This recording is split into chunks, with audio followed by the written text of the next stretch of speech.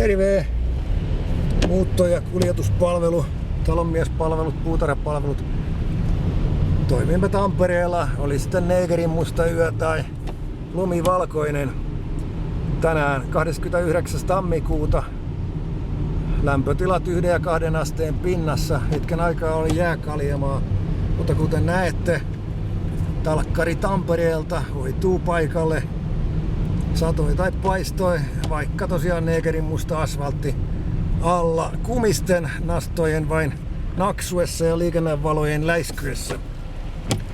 Joten yhteystiedot videolla ja blogeissa talonmiespalvelu@gmail.com ja käteismaksu toistaiseksi pääperiaatteella 50 per alkava tunti ja pieni siirtymäkulu. Homma pelittää kivasti. Kaikkea hyvää, ollaan yhteyksissä. Jatkamme matkaa nyt Hervannan valtaväylällä. Se on